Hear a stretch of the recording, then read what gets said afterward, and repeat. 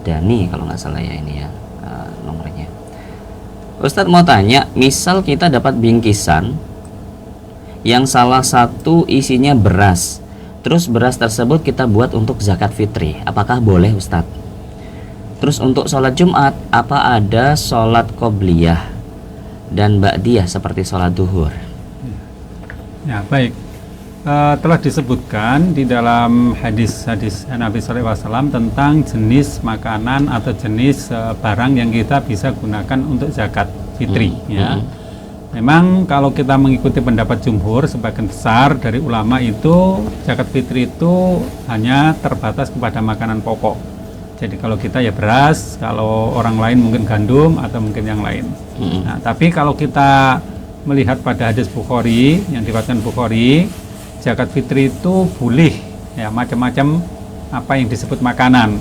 Ya, misalnya kalau dalam Bukhari disebutkan syair, ya, gandum boleh, kemudian tamar, kurma juga, kemudian akid, keju, kemudian zabib yaitu kismis. Nah, jadi boleh kita menggunakan itu. Nah, kalau kita diberi bingkisan orang isinya macam-macam, salah satu di antaranya ada beras, maka beras bisa kita gunakan untuk zakat fitri karena itu sudah menjadi milik kita, hak milik, ya, hak milik kita. Kalau mereka kita juga diberi mungkin dengan makanan-makanan yang lain, roti atau mungkin mie atau yang lain-lain, itu sebenarnya juga boleh kita gunakan untuk zakat fitri karena bentuknya adalah makanan pokok, ya. Kalau sudah dia misalnya parcel atau hadiah-hadiah yang lain, itu kita menggunakan untuk zakat fitri atau dikeluarkan kembali, kita akan diberi orang, kemudian kita keluarkan kembali untuk zakat fitri, ya nggak apa-apa karena itu sudah menjadi hak kita atau menjadi milik kita. Nah, kemudian yang kedua itu adalah tentang sholat qobliyah ba'diyah. Ya mungkin kalau kita perhatikan pada sholat rawatib yang di dalam hadis disebutkan rangkaian-rangkaiannya itu memang seakan-akan hanya terbatas pada sholat wajib yang 5 waktu selain Jumu'ah. Ya, memang demikian seperti yang disebutkan di dalam hadis riwayat Bukhari misalnya yang 10 rangkaian itu, ya, antara lain adalah pertama adalah rakaatan qabla duhur, 2 rakaat sebelum duhur, wa rakaatain ba'daha, 2 rakaat setelah duhur, kemudian wa rakaatain ba'dal maghrib, 2 rakaat setelah maghrib, kemudian rakaatain ba'dal isya, 2 rakaat setelah isya, dan rakaatain qabla subuh, 2 rakaat setelah sebelum subuh. Jadi itu menunjukkan kepada sholat-sholat yang sehari-hari itu. Nah, demikian juga dalam riwayat Nasa'i yang disebutkan tentang sholat rawatib yang 12 rakaat itu semuanya adalah pada sholat-sholat biasa, tidak masuk di dalamnya sholat Jumu'ah. Ya, dengan menambah 2 rakaat sebelum duhur sehingga sebelum duhur ada 4 rakaat. Nah, adapun tentang rawatib sebelum Jumu'ah itu memang tidak kita jumpai yang qobliyahnya. Ya, nggak ada hadis yang menunjukkan qobliyahnya.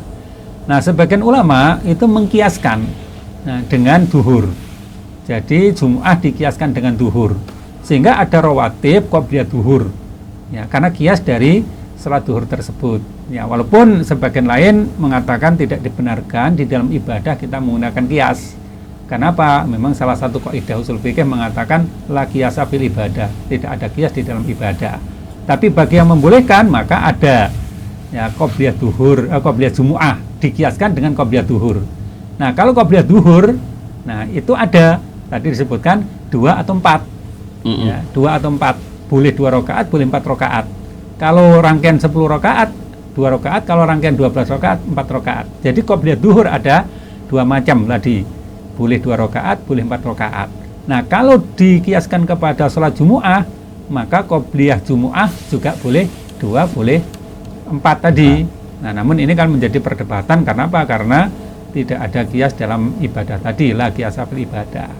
Adapun yang setelah Jumu'ah ini memang ada. Setelah Jumu'ah ini ada rawatibnya. Rawatibnya itu berapa banyak? Nah, ada 4 rakaat. Jadi setelah Jumu'ah disebutkan di dalam hadis, misalnya riwayat Muslim, idza shalla ahadukumul Jumu'ah falyusalli ba'daha arba'an. Apabila salah seorang di antara kalian sholat Jumu'ah, maka hendaklah dia sholat setelahnya sebanyak 4 rakaat. Jadi ba'diyah Jumu'ah ada, qobliyah Jumu'ah tadi diperdebatkan, ba'diyah Jumu'ah ada. Nah, bagaimana pelaksanaan ba'diyah Jum'ah tersebut? Boleh kita lakukan dua-dua di masjid. Ya, sebelum kita pulang kita lakukan dua-dua di masjid. Ya. Nah, boleh juga kita melakukan yang 2 rakaat di masjid, kemudian 2 rakaat di rumah. Nah, seperti yang disebutkan di dalam hadis yang lain yang diriwayatkan Muslim, kata hadis tersebut, fa'in azila bika syai'un. Jika kamu tergesa-gesa terhadap sesuatu, ya karena tergesa-gesa terhadap sesuatu, maka fasholli raka'atain fil masjid, maka hendaklah sholat 2 rakaat di masjid. Ya, ketika masih di masjid sholat 2 rakaat. Kemudian wa raka'atain idza raja'ta, dan 2 rakaat setelah kamu kembali, yaitu setelah di rumah. Nah, sehingga jumlahnya tetap 4 rakaat. Nah, ini yang masuk di dalam kategori ba'diyah Jumu'ah. Jadi boleh dilakukan 4 rakaat dua-dua ya, setelah sholat Jumu'ah tersebut di masjid, dan boleh pula dilakukan 2 di masjid dan 2 di rumah. Nah, kalau mampunya kita hanya 2 rakaat, ya, nggak mampu atau merasa berat dengan 4 rakaat, ya memang ada hadis yang menunjukkan hanya 2 rakaat. Misalnya yang diriwayatkan Muslim, anna Nabi sallallahu alaihi wasallam kana yusolli ba'dal Jumu'ah raka'atain. Nabi sallallahu alaihi wasallam sholat setelah Jumu'ah 2 rakaat. Nah, Nabi sholat setelah Jumu'ah 2 rakaat itu memang bisa jadi hanya disebutkan satu bagian yang 2 rakaat tadi, yang satu bagiannya tidak disebutkan. Nah, sehingga memang lebih tepat jika kita katakan bahwa ba'diyah Jum'ah itu ada 4 rakaat. Boleh dipisah di masjid 2 rakaat, kemudian di rumah 2 rakaat. Baik. Ya. Baik, Ustadz, ini ada pertanyaan dari Bu Sri Wahyuningsih. Ustadz, saya mau tanya, saya tidak disapa sama orang sudah 10 tahun lebih. Saya puasa penuh 1 bulan dan puasa Syawal 6 hari tiap tahun. Ya, saya sudah datang ke rumahnya minta maaf kalau saya punya salah, tapi orang itu tidak mau memaafkan. Nah, itu gimana ya Ustadz? Puasa saya apakah diterima ya? Ya, baik. Ya, kalau kita sudah datang ke rumahnya minta maaf, kemudian dia tidak memaafkan, barangkali hak dia yang dilanggar itu apa dulu? Ya, kesalahan dari Bu siapa tadi? Bu Sri Wahyuningsih. Bu Sri Wahyuningsih tadi kepadanya apa? Karena pada dasarnya kesalahan orang kepada orang lain itu ada 3 macam. Yang pertama kesalahan karena melanggar hak harta. Jadi pernah hutang nggak bayar misalnya, pernah ngambil hartanya ya, dengan cara yang nggak halal misalnya, atau dengan cara-cara yang lain. Kemudian yang kedua, ya, dia melakukan pelanggaran terhadap jiwa. Jiwa itu artinya yang anggota badan, mungkin pernah mukul, pernah nyubit, pernah jambak, gitu. Sehingga dia nggak terima terhadap hal itu. Kemudian yang ketiga adalah melanggar kehormatannya. Nah, kehormatan termasuk nama baik itu, pernah ngerasain yang gitu buruk, ya, ngerasain hal-hal yang buruk atau menyebarkan berita-berita yang seharusnya tidak sebar, termasuk rahasia-rahasia pribadi. Nah, minta dijelaskan apa hak yang dilanggar tersebut. Kalau harta, ya dilunasilah hartanya. Aku dulu, kamu dulu pernah soal maaf ya. Ini masalahnya bukan pemaafan. Walaupun selesai dengan pemaafan jika dimaafkan, tetapi sebaiknya kalau harta memang ditunaikan hartanya. Ya. Nah, kalau jiwa, ya dulu pernah dicubit, ya dicubit balik, artinya dikisos. Ya, pernah dipukul, ya dikisos, sehingga tuntas itu. Nah, sehingga hutang antara 2 orang tersebut tidak ada lagi, lunas sudah. Nah, tapi kalau sudah diperlakukan seperti itu masih tidak ada perbaikan, nah ingat pada hadis Nabi yang diriwayatkan oleh Bukhari dan Muslim itu ya, beliau katakan la yakilul muslim ayyah juro akhahu fauqa salasi layali, bahwa tidak halal bagi seorang muslim untuk menjauh ini berarti tidak menyapa, tidak bertegur sapa atau berpaling ya, dari saudaranya ya, lebih dari 3 hari ya, jadi batasnya itu cuma 3 hari ya, banyak ya, yang tahunan ini ya, ini masa tahunan ini nggak nyapa nih ya. Punya saya Ustaz ya. Teman-teman gitu aduh nah, 3 hari, apalagi jika itu dalam kategori kerabat dekat, keluarga dekat. Nah, ya. Kan disebut tidak halal itu artinya haram. Diharamkan bagi seorang muslim untuk tidak bertegur sapa, tidak bersalam atau tidak berrekatlah dengan saudaranya itu lebih dari 3 hari. Bagaimana dengan ibadahnya, Ustaz? Nah, ibadahnya ya ini menjadi dilakukan. masalah juga. Sebenarnya ibadah ini tidak tidak tergantung dari itu sebenarnya. Kalau ibadah yang mafdhol itu tergantung dari ditunaikannya syarat-syarat dan rukunnya. Syaratnya dipenuhi, rukunnya dipenuhi, maka ibadahnya disebut sebagai sah. Nah, tadi disebutkan puasa Ramadan dilakukan, syarat dipenuhi, rukun dipenuhi. Nah, tidak ada pembatal-pembatalnya, berarti sah. Demikian juga puasa 6 hari bulan Syawal, syaratnya dipenuhi, kemudian rukunnya dipenuhi, maka disebut sah. Nah, sekarang masalahnya adalah siapa yang lebih dulu mau mengadakan perbaikan. Kata Allah di dalam Al-Quran, in uridu illal islaha mastata'tu. Aku tidak ingin kecuali hanya mengadakan perbaikan selama aku masih sanggup. Nah, demikian pula di dalam surat Al-Hujurat disebutkan bahwa jika ada yang bertikai, maka fa aslihu baina akhwaikum, maka damaikanlah di antara saudara kalian tersebut. Maka ini yang terbaik itu adalah wa khairuhuma alladzi yabda'u bisalam. Yang paling baik di antara dua orang yang bertikai tadi adalah yang paling dulu untuk mengucapkan salam. Nah, maka kalau Bu Sri tadi mau memulai dengan kebaikan, yaitu mengucapkan salam, menjenguk dan sebagainya, nah, apalagi datang dengan membawa hadiah, kata Nabi SAW di dalam hadis yang diriwayatkan oleh Bukhari itu, tahadau tahabu, saling memberi hadiahlah kalian akan saling mencintai. Barangkali waktu 10 tahun itu sudah sangat terlalu lama, mungkin dengan salam, mungkin dengan hadiah itu hati menjadi luluh dan menjadi bersaudara yang baik. Iya, baik. Semoga segera rukun ya, saling memaafkan ya, Bu.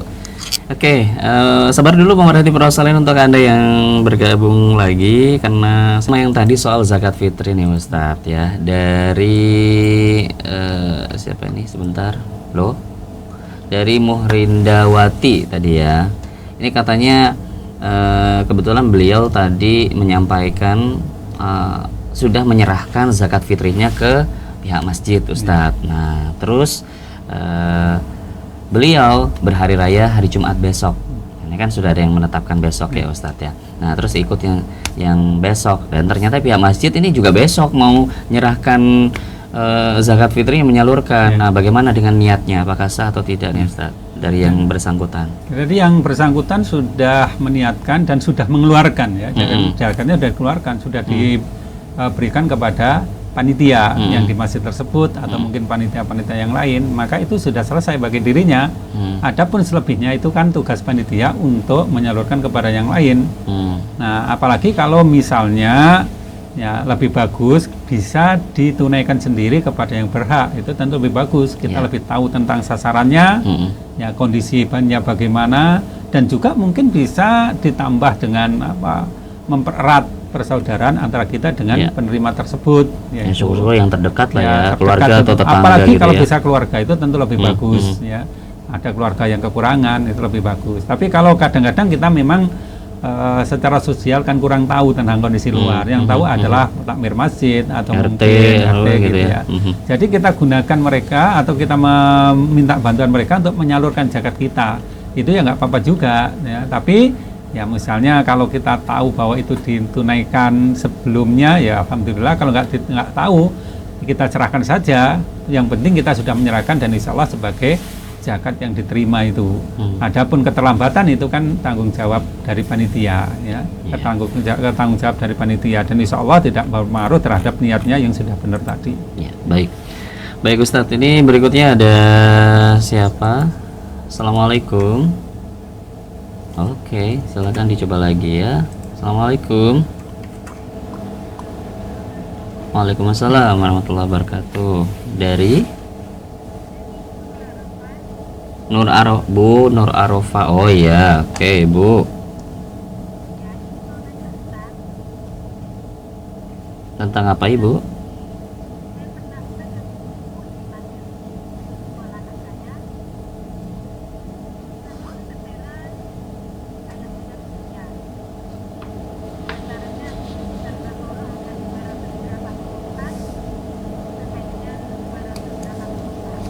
...284 sampai 286.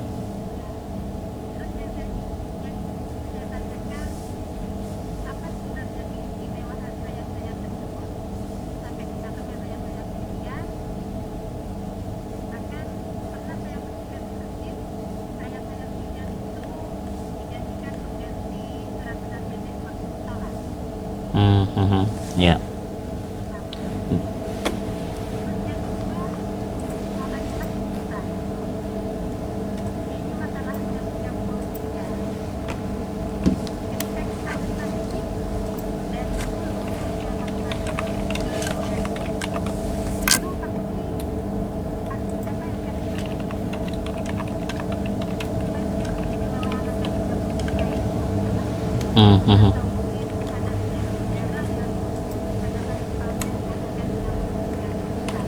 Ya, baik.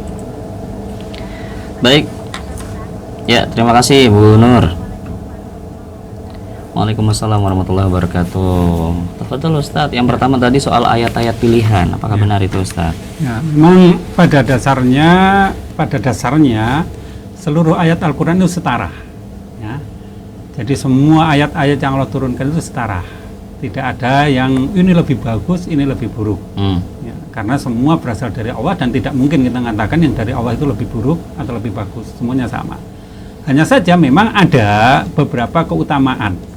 Ya, keutamaan di dalam surat-surat tertentu.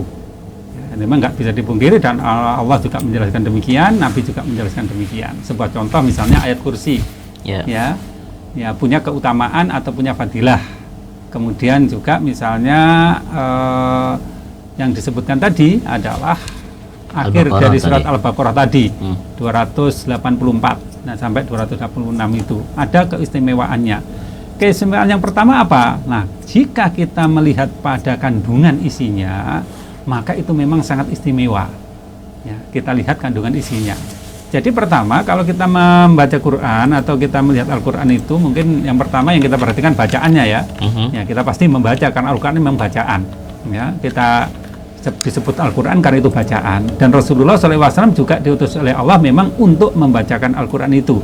Yatslu alaihi ayatina. Ya, membacakan kepada kami membacakan kepadanya ayat-ayat kami. Itu tugas Rasulullah. Jadi kita membaca Quran.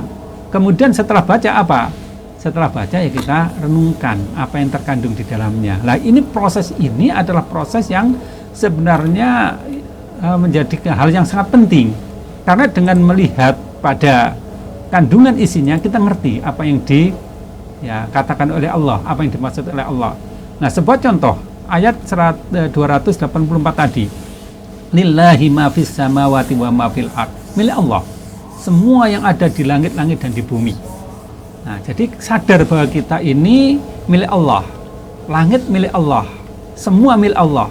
Tidak ada satupun yang bukan milik Allah. Ya. Orang yang senang pada kita milik Allah, orang yang membenci pada kita juga milik Allah. Semuanya milik Allah. Wa in tubdu ma fi anfusikum aw tukhfuhu yuhasibukum billah. Dan jika kalian menyimpan apa yang ada di dalam diri kalian, nggak mau nyatakan, atau kalian menyatakan di dalam bentuk lahir perkataan atau perbuatan, yuhasibukum billah, maka Allah akan menghisapnya atau Allah akan menghitungnya. Nah, ini kan menakutkan ayat ini. Ya, apa yang kita ucapkan, apa yang terlahir dari diri kita atau yang tersimpan di dalam hati kita akan dihisap oleh Allah. Nah, ini kan istimewa sekali ayat ini. Sampai-sampai sahabat Nabi SAW itu mengadu kepada Nabi sambil menangis. Ya, kepada kami telah diturunkan ayat-ayat yang berat. Sholat kami laksanakan, sedekah kami laksanakan, jihad pun kami laksanakan. Tapi sekarang turun kepada kami ayat yang kami tidak sanggup untuk mengamalkannya. Ya, kalau lahir kami dihisap oleh Allah bisa, kami akan menjaga diri, tidak melakukan perbuatan dosa. Tapi kalau hati dihisap, bagaimana kami bisa melakukan? Nah, Rasulullah menegur kepada mereka, apakah kamu mengatakan sebagaimana yang dikatakan oleh orang-orang sebelum kalian, yaitu kami mendengar, kami mengingkari. Sahabat langsung mengatakan, kaget sahabat itu, langsung mengatakan, jika demikian sam'an wa ta'atan, kami akan mendengar dan kami akan taat. Nah, itu kata sahabat. Nah, mendengar perkataan sahabat yang tulus seperti itu, Allah menurunkan lanjutan ayatnya, la yukallifullahu nafsan illa wus'aha. Ya, Allah tidak akan membebani kepada seorang kecuali sebatas apa yang dia mampu. Nah, terus akhirnya dilanjutkan dengan berbagai macam doa kita kepada Allah itu. Rabbana la tu'akhidna in nasina aw akhtana, dan seterusnya itu sampai terakhir wansurna alal qaumil kafirin. Ya, tolonglah kami dari orang-orang kafir. Nah, ini ayat yang sangat istimewa. Jadi kalau kita renungkan kandungan yang ada di dalamnya, Masya Allah, itu luar biasa. Nah, terus kalau kita mencari keistimewaan yang lain, itu pasti banyak keistimewaan-keistimewaan yang lain. Tetapi karena ayat ini memang diturunkan oleh Allah kepada kita sebagai petunjuk, maka nah kita ambil petunjuknya itu yang paling utama. Ya. Nah, kalau kita lazimkan membacanya, misalnya sebagai dzikir, nah itu nggak apa-apa juga, karena itu memang utama. Sebagai dzikir kita lazimkan membaca. Misalnya pagi hari kita baca, siang hari kita baca, malam hari kita baca, gitu juga nggak apa-apa, karena itu ayat yang sangat bagus sekali. Ya, baik. Kemudian yang kedua tadi soal angka 33 Ustadz, kalau kita lagi bertasbih, ya, Ustadz. Ada keistimewaan, ada angka 33. Ini kayak ya, orang barat angka 13, angka sial gitu. Ya, sebenarnya angka-angka di dalam Islam itu ya tidak ada angka sial dan angka keberuntungan, ya nggak ada. Cuma memang ada angka yang sangat spesial gitu. Tapi bukan karena keberuntungan dan tidaknya. Misalnya kita anggap oh ini keberuntungan, dapat angka sekian, nggak juga. Misalnya oh kita ketemu dengan misalnya nemu hitungan sebanyak 13 kita akan celaka, enggak juga ya. Wah, Nah, tapi memang ada istimewa. Contoh misalnya witir. Nah, witir itu sangat disukai oleh Allah. Nah, witir. Jadi sholat witir itu sholat yang disukai oleh Allah. Kenapa? Karena ganjil. Dan Allah adalah ganjil gitu ya. Ganjil bukan arti ada genapnya, bukan karena itu. Tapi Allah memang tunggal, ahad. Jadi ahad itu memang bukan hitungan 1, 2, 3, tapi memang tunggal, tidak ada bandingannya itu. Jadi disukai oleh Allah angka tersebut. Ya. Nah, kalau gitu Allah nggak suka dengan sholat subuh karena angkanya genap, nggak juga, gitu ya. Ya. Nah, justru sholat subuh ini adalah sholat yang disaksikan nanti, ya. Nah, sangat penting juga. Ya. Jadi bukan karena itu. Adapun angka 33 yang disebutkan oleh hadis, ya berupa zikir yang kita baca setelah sholat, apa itu? Subhanallah 33 kali, Alhamdulillah 33 kali, Allahu Akbar 33 kali, disempurnakan dengan lafaz berikutnya, La ilaha illallah wahdahu la syarikalah, lahul mulku wal hamdu wa huwa ala kulli syai'in qadir, maka genaplah menjadi 100. Ya, genaplah menjadi 100. Keistimewaan apa? Nah, keistimewaannya pahala yang genap itu, yaitu pahala yang 100 tadi. Ya, kalau diulang lagi sholat berikutnya pahalanya juga demikian. Ya, karena ini adalah masalah ta'abudiyah, yaitu ibadah kita kepada Allah yang kita laksanakan sesuai dengan petunjuk Rasulullah SAW. Jadi nggak perlu ditambah, nggak perlu dikurangi dari apa yang ditunjukkan Rasulullah SAW tersebut. Baik, baik. Baik Ustadz, kita jeda dulu. Pemerhati Prosalina, jangan lupa di sesi ini mungkin ada hal-hal yang ingin disampaikan Ustadz. Baik, ya kata pepatah, tidak ada gading yang tidak retak. Ya, jadi saya sebagai narasumber di sini yang menyadari akan kekurangan, kelemahan baik dari sudut ilmu, bicara dan yang lain-lain. Dan tentunya ya juga barangkali ada ya ketersinggungan atau ketidakcocokan dan yang lain-lain. Nah, itu di dalam hal ini ya tentu yang terbaik adalah memohon maaf, minta maaf kepada para pemerhati sekalian. Ya. Mudah-mudahan yang kita lakukan ini adalah amal soleh belaka, karena memang kita tidak ingin kecuali hanyalah kebaikan, seperti yang Allah katakan, in uridu ilal islaha mastata'tu. Aku tidak ingin kecuali hanyalah perbaikan selama aku masih sanggup. Maka dengan demikian saya menyampaikan permohonan maaf yang sebesar-besarnya. Keinginannya hanyalah untuk mengadakan perbaikan semata-mata. Ya, baik Mas Santo, barangkali demikian ya. Ya, terima kasih Ustadz sudah menemani. Mohon maaf pemerhati Prosalina kalau ada beberapa pertanyaan yang mungkin masih belum bisa kami jangkau untuk bisa terjawab begitu ya di bulan suci ini. Tapi mudah-mudahan di lain kesempatan kita bisa berdiskusi lagi ya bersama Ustadz Ainur Rafiq. Sehat selalu Ustadz, dan pemerhati terima kasih untuk kebersamaan Anda. Kami akhiri. Wassalamualaikum warahmatullahi wabarakatuh. Waalaikumsalam.